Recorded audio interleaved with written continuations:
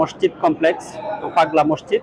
ওই পাগলা মসজিদে আসছি। আজকে 3 মাস পর পরই এখানে দান বাক্স খোলা হয় এবং মানুষের যে স্বতঃস্ফূর্ত দান করা হয়। এই দানের টাকাগুলা 3 মাস পর পর এখানে হিসাব করে প্রত্যেকটা টাকা ব্যাংকে জমা দেওয়া হয়।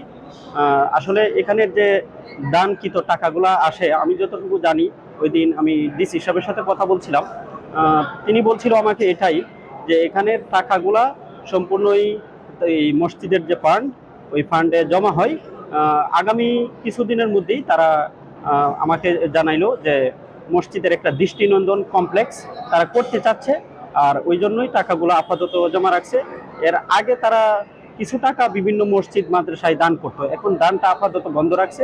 যে মসজিদের যে কমপ্লেক্সটা, আমিও ডিসি সাহেব বরাবর আমার আবেদন থাকবে বৈষম্য বিরোধী ছাত্র আন্দোলনের পক্ষ থেকে, যাতে খুব দ্রুত আমাদের এই দৃষ্টিনন্দন কমপ্লেক্সটা তৈরি হয়ে যায় ও ওই বিষয়ে যাতে তারা ব্যবস্থা গ্রহণ করে। কিশোরগঞ্জ জেলার ঐতিহাসিক পাগলা মসজিদ এই অঞ্চলের মানুষের খুব ধর্মীয় একটা আবেগ অনুভূতির অন্যরকম একটা জায়গা। আপনারা সবাই জানেন এখানে আমরা 3 মাস একদিন পর পরই দান বাক্সগুলা খুলি। গতবার আমরা অনেক পরিমাণ টাকা পেয়েছি, এবার আমরা বাক্স খুলেছি, আমাদের 27 বস্তারও বেশি টাকা হয়েছে। আমাদের এখানকার যে মাদ্রাসা আছে, মাদ্রাসার বাচ্চারা এগুলো টাকাগুলা সর্টিং করছে, আর আমাদের ব্যাংকে প্রায় 70 জন কর্মকর্তা এখানে আছেন, তারা এগুলো গুনে নেবেন। আমরা এখানে যত টাকাই পাওয়া যায় সকল টাকা তাৎক্ষণিকভাবে এখানে ব্যাংকে জমা হয়। ব্যাংক ছাড়া এখানে টাকা অন্য কোথাও জমা হয় না, আর ব্যয় করা হয় ব্যাংক থেকে। প্রত্যেকটা অর্থের হিসাব রয়েছে। এখানকার মানুষজনের অনেক দিনের দাবি ছিল এখানে বড় একটা মসজিদ কমপ্লেক্স হবে, একটা ইসলামিক কমপ্লেক্স হবে। তো সেই জন্য আমরা কাজ করছি। ইতিপূর্বে আমি বলেছি যে এটা অনেক বড় একটা ধর্মীয় কমপ্লেক্স হবে। এখানে মানুষজন আশা করছে তারা অন্তত 30,000 মানুষ নামাজ যাতে পড়তে পারেন এরকম। তো এখানে আমরা প্রাথমিকভাবে যতবার কথা বলেছি ততবার এই বিষয়টা এমন আসছে যে এখানে অনেক টাকা দিয়ে একটা মসজিদ হবে, যে এরকম একটা কমপ্লেক্স করতে অনেক টাকা লাগবে।